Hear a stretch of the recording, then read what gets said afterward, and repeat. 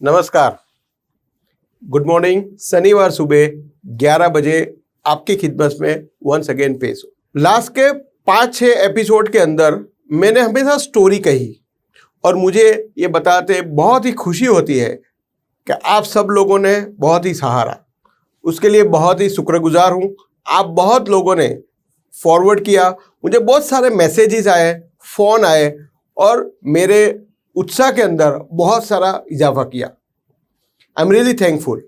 आज भी एक एकदम दिलचस्प कहानी आपको मैं सुनाने जा रहा हूँ और वो भी एक सीनियर सिटीजन की। सीनियर सिटीजन थे, सुबह 6 बजे उठ जाते थे। जैसे ये उठते थे, अपना कार्यक्रम सही करके, अपनी दिनचर्या का सुबह का कामकाज कंप्लीट करके, अपनी एक काम वाली बाई थी, उसका नाम था कमला। उसको बोला, कमला मेरे लिए चाय, तो वो हमेशा रेडी रहती थी, चाय बिस्किट रेडी था।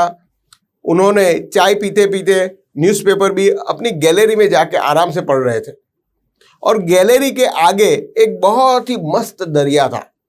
दोस्तों, मोस्ट ऑफ द पीपल ऐसा सोचते हैं कि मेरा भी एक घर हो जिसके अंदर एक गैलरी हो और गैलरी के सामने बहुत बड़ा एक शानदार दरिया हो जिसके अंदर मैं आराम से देख सकूं। जो लोगों की इच्छा होती थी वो उनके पास ऑलरेडी था। अपनी दिनचर्या के हिसाब से चाय पिया, बिस्किट खाया और वो वॉकिंग के लिए निकल गए। वो दरिया के आजू बाजू में एक गार्डन था, वहाँ पे हर रोज सीनियर सिटीजन मिलते थे, वो भी वहाँ के एक सभ्य थे। ऐसी एक बंदे ने, वो ग्रुप के अंदर से एक बंदे ने ऐसा बोला कि क्यों ना हम लोग सिंगापुर घूमने जाए। सबके मुंह पे स्माइल आ गई। हाँ यार, सिंगापुर घूमना अच्छा है, मेरे बच्चे जाते हैं, मैंने बहुत बार लोगों को सुना है और मैंने ज़िंदगी में सोचा भी था कि मैं एक बार सिंगापुर जाऊंगा। तो सोचा और सबने डिसाइड किया, बहुत खुश हो गए। सबकी शानदार शुरुआत हो गई सुबह की, सब एक दूसरे से बातें करने लगे। एक बंदे ने बोला, देखो एक काम करो, हम लोग टेंटेटिव डेट फिक्स कर लेते हैं, घर पे भी बताना पड़ेगा, सब ओके हो जाएगा, then we will decide tomorrow. सबने बोला ओके। वो बंदा खुशखुशाल अपने घर पे गया, नहा धो के वो अपने बेटे के साथ टेबल पे बैठे थे नाश्ता करने के लिए। नाश्ता करते करते वो सीनियर सिटीजन ने अपने लड़के से कहा, खुशी खुशी कहा कि हम लोग जो सीनियर सिटीजन पूरा ग्रुप है, हम लोग नेक्स्ट मंथ सिंगापुर जाने का सोच रहे हैं। और जैसे ही ये सेंटेंस खत्म हुआ, उसके लड़के के मुंह के ऊपर से स्माइल उल्टी हो गई। उसको ऐसा लगा कि पिताजी क्या बात कर रहे हैं। उसने कुछ नहीं बता के अपना मुंह खाली ऐसा खराब करके बोला, पिताजी आपको पता है अभी धंधे की हालत क्या है। नाश्ता कंप्लीट करके वो निकल गया, बाकी और कुछ भी नहीं कहा। थोड़ी देर के बाद बहू आई। बहू ने बोला, क्या हुआ पिताजी।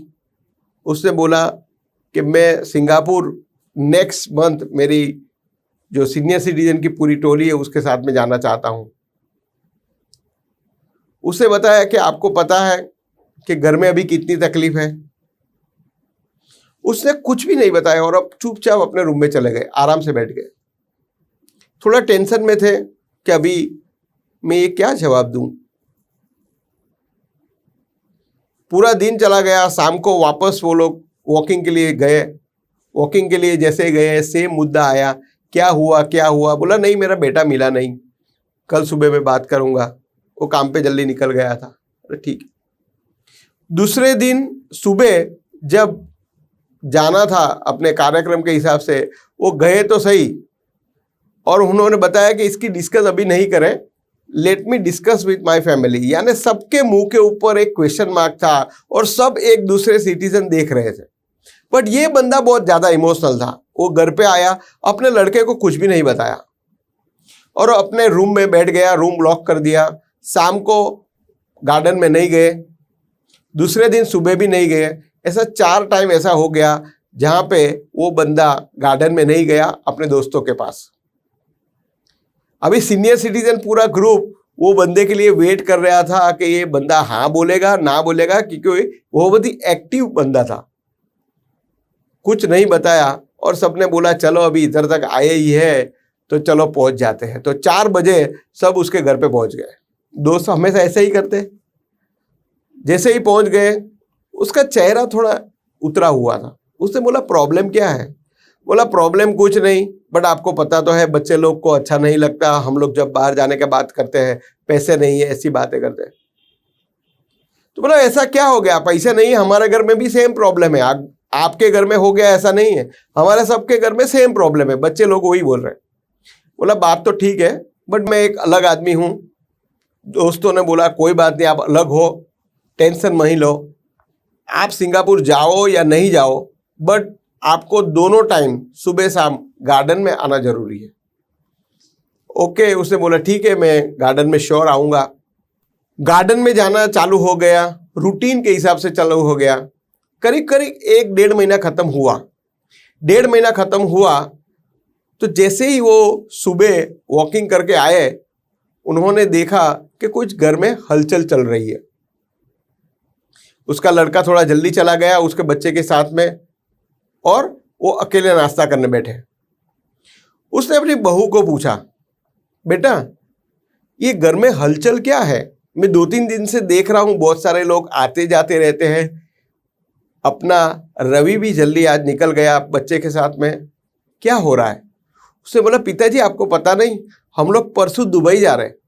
बोला क्यों? बोला नेक्स्ट ईयर जो मेरे बच्चे की 10th है और 10th के अंदर हम लोग नहीं जा पाएंगे, तो अभी वैकेशन है, तो वैकेशन के अंदर हमने सोचा क्यों नहीं 1 वीक के लिए दुबई जाके आवे, छोटा सा ट्रिप ले, और अपना बच्चा भी एकदम रीजूनिएट हो जाएगा और 10th में अच्छे से पास हो जाएगा।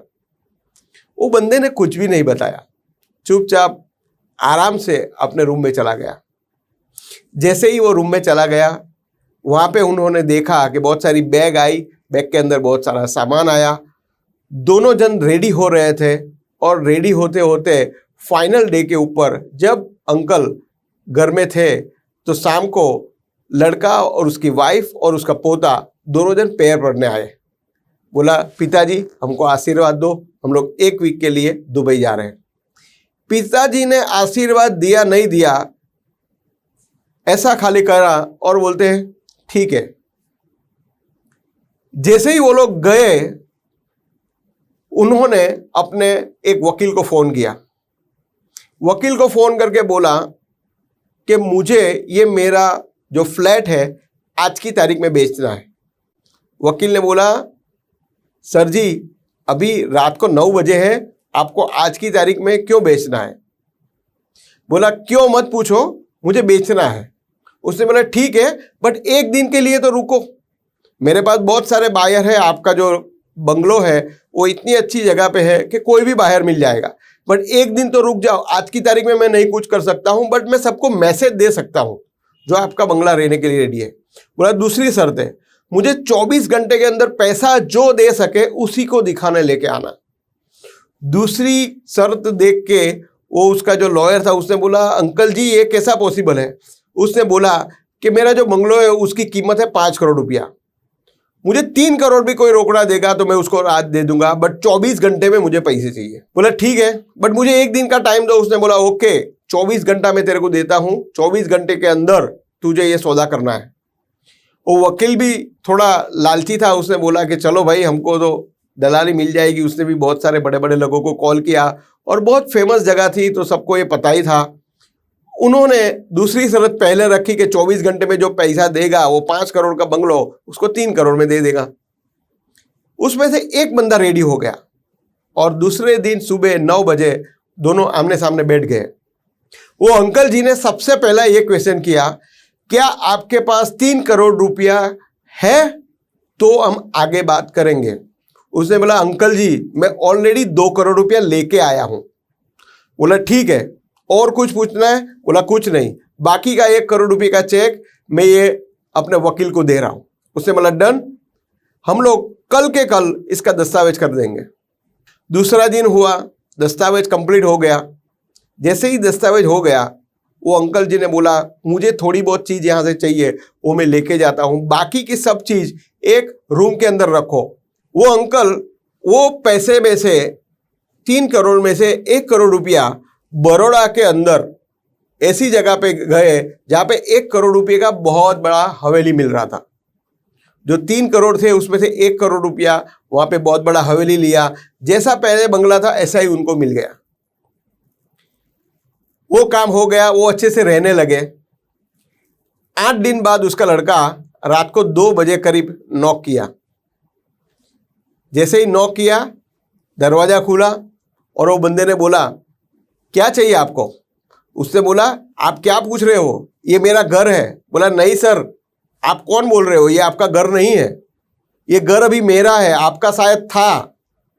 उसने बोला, नहीं, आपकी कोई मिस्टेक हो रही है, मेरे पिताजी किधर है, मुझे पिताजी से बात करनी है। बोला, पिताजी अभी आपसे बात नहीं करेंगे, उन्होंने एक चिट्ठी दी है, वो मैं चिट्ठी आपको देता हूं और आपको 24 घंटे का टाइम है।